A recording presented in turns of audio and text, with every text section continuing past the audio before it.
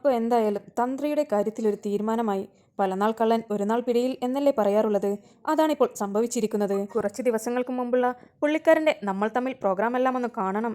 എന്തൊരു ജ്ഞാനി. പ്രേക്ഷകരെ വെല്ലുവിളിച്ചതും തൻ്റെ വിജ്ഞാനം പകർന്നു കൊടുക്കുന്നതുമെല്ലാം ഒന്ന് കാണേണ്ടത് തന്നെയായിരുന്നു. വിശ്വാസത്തിന്റെ മറവിൽ ഇതുപോലെയുള്ള വൃത്തികേട് കാണിക്കുന്ന എല്ലാവരെയും പുറത്തു കൊണ്ടുവരണം. റീൽസ് തന്ത്രിയുടെ റിയാലിറ്റി ഇപ്പോൾ എല്ലാവരും കണ്ടുകഴിഞ്ഞല്ലോ. പുള്ളിക്കാരൻ്റെ നാട്ടിലുള്ള എല്ലാവരും പറയുന്നത് ഇദ്ദേഹം ഒരു തട്ടിപ്പുകാരനാണെന്നാണ്. ഇദ്ദേഹത്തിനെതിരെ ഒരുപാട് കേസുകൾ വന്നിട്ടുണ്ട് എന്നാണ് പല ആളുകളും പറയപ്പെടുന്നത്. എന്തായാലും ഒടുവിലായിരുന്ന പുള്ളിക്കാരനെ നമ്മുടെ കേരള പോലീസ് പൊക്കിയിരിക്കുകയാണ്.